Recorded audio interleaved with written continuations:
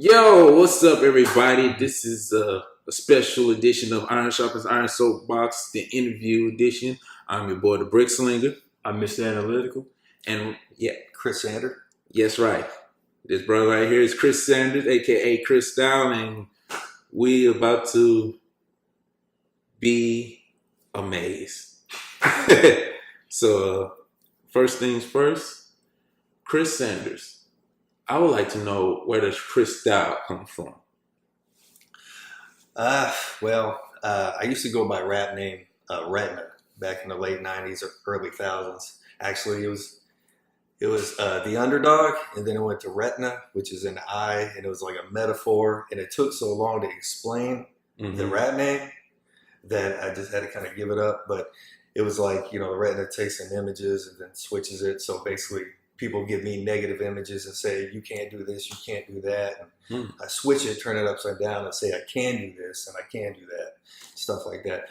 But I took a break from Christian rap for a little while. When I came back, my first name is Nathan, actually. My middle name is Chris. Okay. And I like Chris better because it sounds better. Uh-huh. I was like, Chris Styles, it's got all kinds of different styles. And I looked it up, couldn't find anybody with that name. And I was like, I'll take it. And then sure enough, my wife and I, we moved to St. Louis, and there was a DJ named Chris Styles. So I had a conflict with, if you go to search my pages, are you going to see my pages or some secular DJ stuff on YouTube, stuff like that. But it all comes from just having different styles. Chris Styles, the MC, not to be confined in one box and to sound like this person and to sound like that person, but to be able to do kind of anything, kind of like hopefully like a Bruce Lee, Jeet Kune Do type thing, Yeah. Style with no style, art of fighting without fighting. Yeah. Be Walter, my friend. So how long have you been in ministry as far as rap goes? Since 1995, I think. Long time. So that means you come from a fresh era of cross movement and gospel gangster and what else? Preachers in Disguise. Yeah. That area. Yeah, a little bit before too. Cross movement came out in like 1997, so it was right at the Tunnel Rats, right as soon as they were coming out. Mm-hmm. And definitely gospel gangsters, Grits, of course. Oh. Grits. Yeah, man, we saw a lot, and there's still a lot of similar stuff as far as how people act and interact within the community that I see from back then to this day. So, like, should you be a rapper are you a rapper that's Christian, or are you a Christian that happens to rap? That's old. And a lot of people that are coming in thinking it's like a brand new argument. A brand new, no, man, that's been going on for years. But, yeah. Okay, so being that you started your ministry as a Christian rapper within the 90s, like how, if possible, how do you either compare the not only the style of rap, but also the method and doctrine that kind of got into rapping into hip hop within the 90s as we're coming along to the first 10 years, the millennium?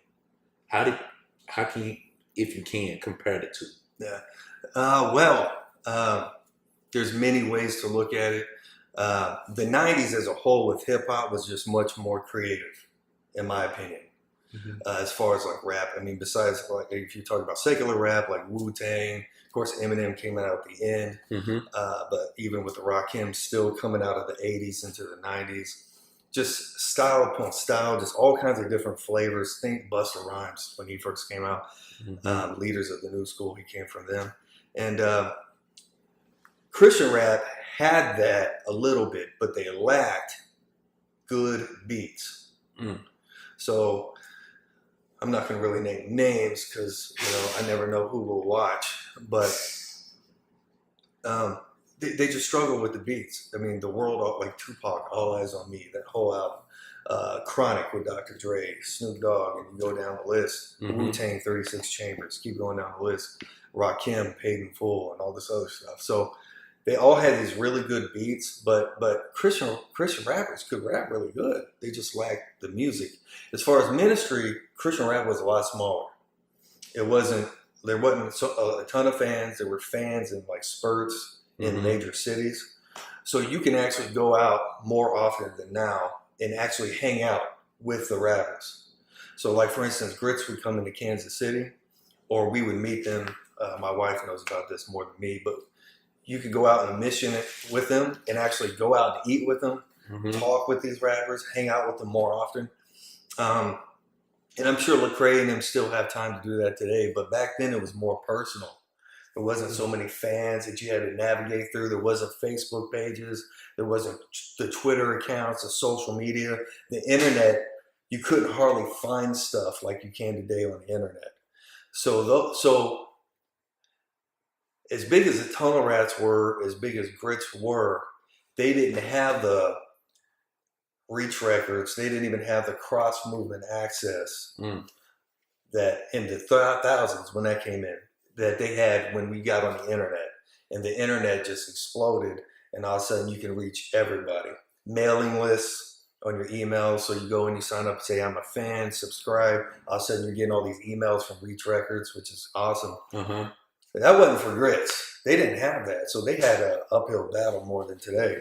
But cross movement came from that era, but they held on into it, and then they were kind of like the bridge, in my opinion, into the internet era. So there were websites like Rapzilla back then, which was called Sphere of Hip Hop, and probably some other sites. But it was just real technical, texty. Wasn't a lot of pictures. It was more like blogs. That's what it looked like. But as far as the ministry, there was the Tunnel Rat battle rap. And it was, I'm the dopest MC. I'm the best. And when I battle you face to face, you're going to wonder why I rap different. It's because I'm a Christian. So I've seen a lot of interviews with Propaganda and Fanatic. Even today, they finally kind of squashed beef between Tunnel Rats and Cross Movement a little bit. But their approach was different. I'm going to be the best I can be. And there was a lot of boasting, to be honest with you. And then there was the grit side of it that wasn't really boasting, but it was more fun. You know, they had some social issues that they addressed briefly, but it was fun. Then the cross movement came in and 100% gospel. And if you weren't like that, then you were wrong. Not only that, as soon as that started flowing, especially in the early thousands, more like 2002, 2003, if you wanted to be a Christian gospel rapper and to get in the industry, you needed to be in school. And I'm not talking about like music school. I'm talking about like Bible school. They wanted you to have a solid, firm education and a sound foundation in Christ through the gospel. And they wanted to know that you took the ministry seriously, so you showed it by going to school. And then, you know, on the side. So on the side is the rap part of it. But Lecrae stemmed from the cross movement and took off. And I think personally he was exposed to a lot of the secular rappers based on that recent book that he put out. And I've only read a segment of it where he was exposed, and it's like, hey man, you know, like Jay-Z's and all them looking at him like, you're an alien, man. You know, why are you even here? You're in an after party. I think it was a Grammys. You see what I'm saying? Yeah. Why are you here, man? We know what you do. Right. You know, so they changed it. So he's changed it. He's changed his mission. It's kind of what the Tunnel Rats did without the aggressive boasting. So, but he's more social. I mean, he's dealing with social issues, injustices. And I really appreciate some of the new songs he put out on his mixtape, talking about the sex trade, talking about even with, I think it's KB, you know, KB going on his own lane when he's dealing with social issues, and he had that performance. Oh man, I Well, you love know what that I'm talking performance. Yeah. with the. If you guys aren't aware, it's got like the what you call them, police, or what do you call Yeah, it's them? police. Yeah, police, and then they're going against KB and them, and then they eventually work like it's protesters against the police, and it's a live stage performance at the Dove Awards. Yep. And then they're going at it, and then KB somehow turns it around to say, "Hey, we can work together. The police and the community, we can all work together in love." It was pretty powerful. It still is powerful for me because I'll press that plug, be like, I still get excited every time I see KB and the cop shake hands and they all come together and fellowship, and then I'm gonna be cool. All right. Now, you say you moved to St. Louis, so where you originally came from? Oh Lord. I was born in Louisville, Kentucky, but I grew up in Kansas City. So I grew up in KCK, Kansas City, Kansas. Okay. So there's Kansas City, Missouri, Kansas City, Kansas, and a river separates us. I grew up on the south side. I grew up in a Mexican Hispanic community. But it was a lower income community. I never grew up in like projects or anything like that. We just lived in a lower income area. If you go to the north side of Kansas City, about 5 miles, that's where all the like killing and all that shooting still happens on the KCK side. And if you know D.A. Horton, yeah, that's where he grew up. Okay. On the north side. Cool. So he knows a lot about, some rough stuff. But yeah, man, north side of Kansas City. Then we just moved to St. Louis in 2011. So my wife and I and our kids. So. Okay, cool. Yeah. Now, as far as this whole race tension thing, do you and your wife get these like crazy looks when y'all together in public? Yeah. Well, I don't pay attention as much, but my wife used to get statements, and I had never personally heard it, where they would say, like African American guy looking at my wife saying, "You can always come back home." Stuff like that. And I'm like, well, she is home. Yeah. Thank you. But no, not as often, man. But yeah, sometimes. More frequently for me, it would be depending on where I live, how people treat me personally. So, for instance, I lived right off of Prospect area, which is a really tough area in Kansas City, Missouri. I lived right there, and I had a group of guys come at me and basically threatened me because I was white. And when I didn't respond and I kept walking, they were like, "Oh, he must not be white." They let me go. But yeah, it's not really us, but it's more like what we would experience personally or what she would experience personally. But when we're together, I kind of tune everybody out now. Used to see it more like 10 years ago. So. Yeah. Okay. Now, how do you deal with that being a rapper as far as racial tension or whatever ignorance comes from the other side? Well, outside of your race and stuff like that. Like, how do you deal with that as a rapper? That's I can address that with myself, and then I can also address that outside of myself, which is as a rapper, a white rapper, I have to work harder. I have to work harder to stand out a little bit more. I mean, you automatically stand out. Okay, I'm going to give a long answer to this. Okay. Hip hop was created around 1973, 74. It was created by, I think it was Kool Herc. And it was created by African Americans, but also Puerto Ricans, kind of mixing in with dancing, graffiti, and stuff like that. Right. White people came in slowly, especially when it got more famous, and they started, people started making money off of the albums, stuff like that. But you had Beastie Boys, you had House of Pain. So white people were involved. Rick Rubin. Yep. White people were involved almost since the conception. And if you were to ask Kool Herc, what's up with race, man? He would say this music was made for everybody. Okay, great. But reality is, it's not. It is, but it's harder for someone like myself. to fit in. So like even Eminem. Okay, well when I rapped back in '95, before Eminem, everybody called me Vanilla Ice. What's up, Vanilla Ice? And that was not a cool thing. Right. All right, that was not. As soon as Eminem came out, it was like, "What's up, Eminem?" I was like, "Okay, that's better. That's an upgrade." Uh-huh. But when Eminem started rapping, a lot of people don't know he was booed off stage because he was white. Yeah. A lot when he first came out. So now, I mean, reality. If you guys are okay about me talking about race specifically, Go for it. this is a black art form, Mhm. and it's a beautiful art form. And white people, when we come into it, we have to honor those who've come before us.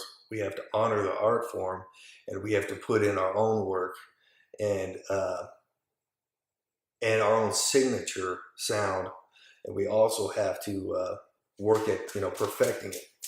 And it's not as easy for us in this way. But on the flip side, if you are good as a white person, you might be able to make more money. Because a lot of people would say Eminem is more rich because he is white. But if you had an African American person rapping like Eminem, he wouldn't be near as famous. So I don't know. That's true. Okay. Now, so on the outside of it, Mhm. I went to Michael Brown protest.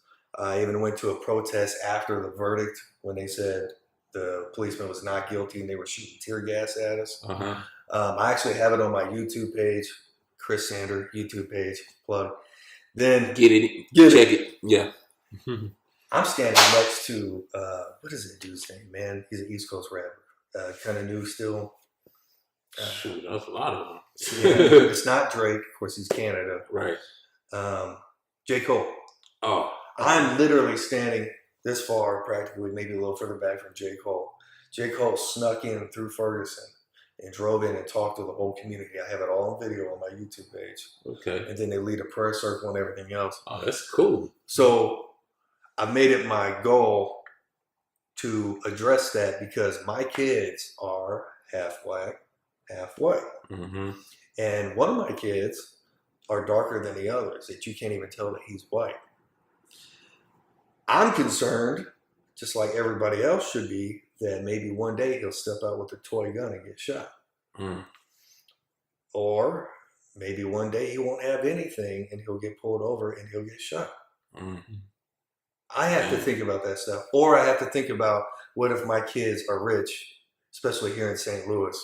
They get rich, but they can't move into rich neighborhoods, because of their skin color. And so I have to think about different things like that. And so I gently touched on race, but I haven't gone where I wanted to go yet.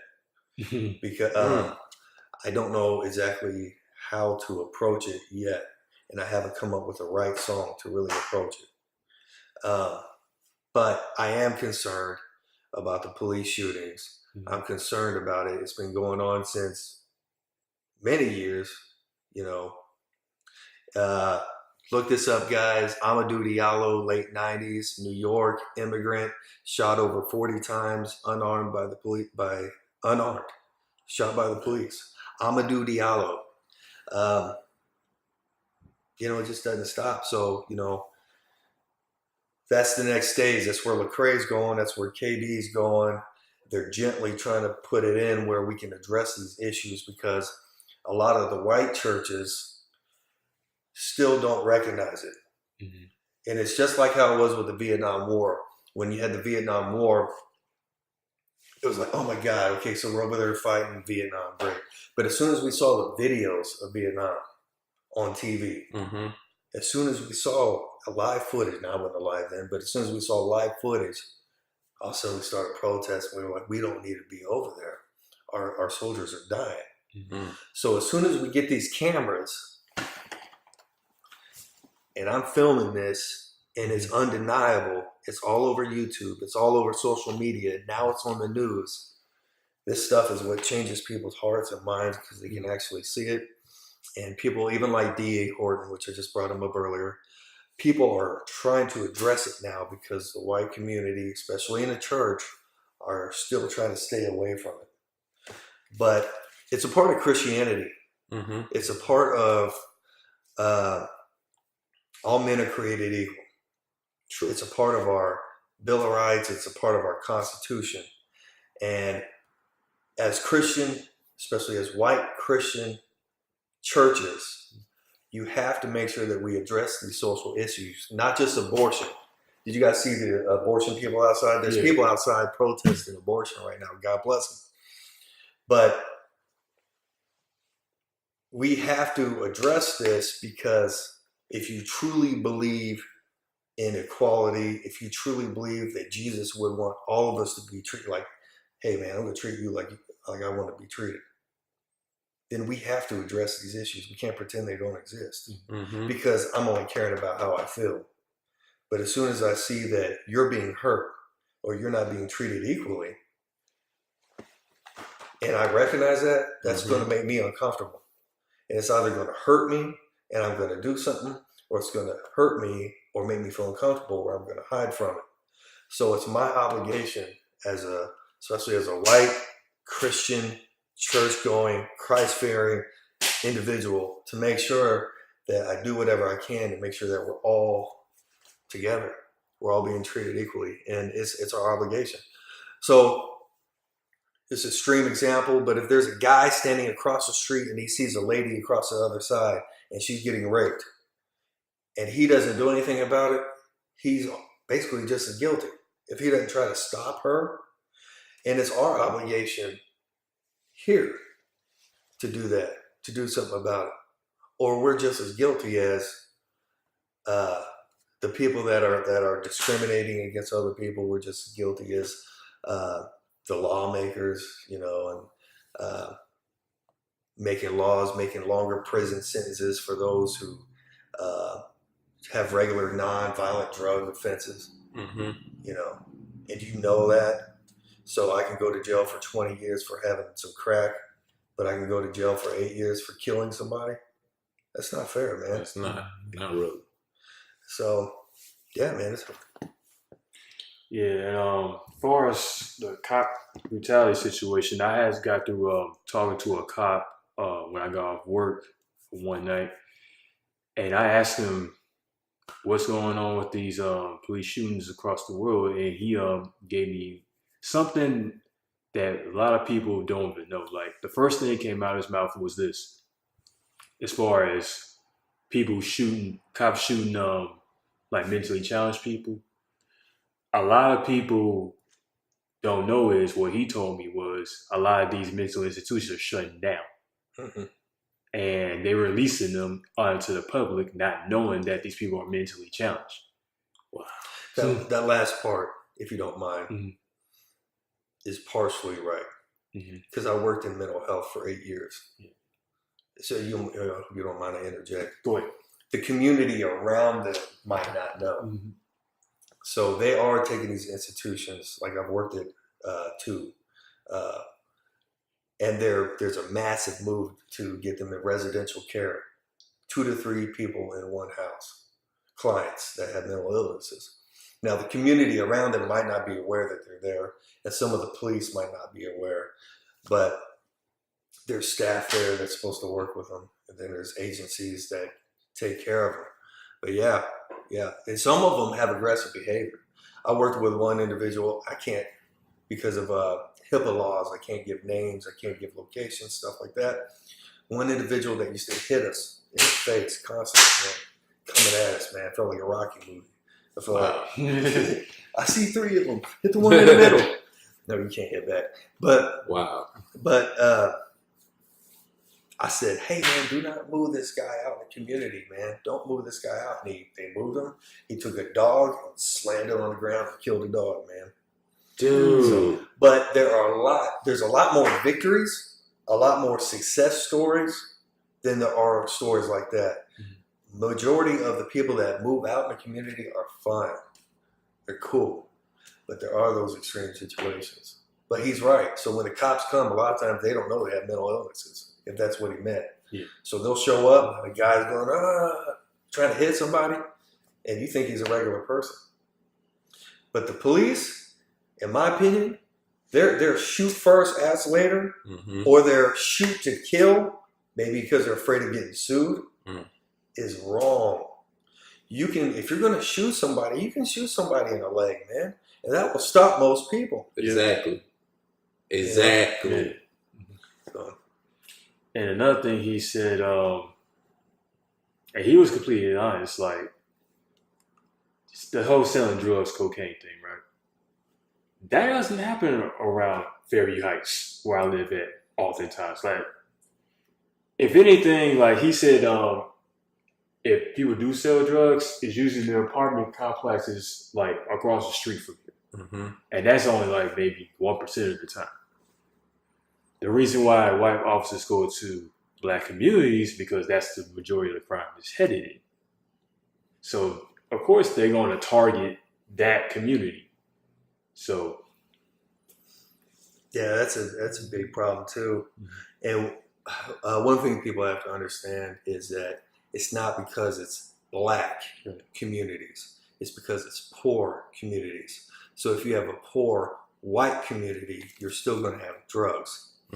But there has been a systematic approach from the government to target black communities through cocaine. So late 1970s, George Bush Sr. was the leader of the CIA. The leader, the head of the CIA. In the 80s, he becomes vice president with Ronald Reagan.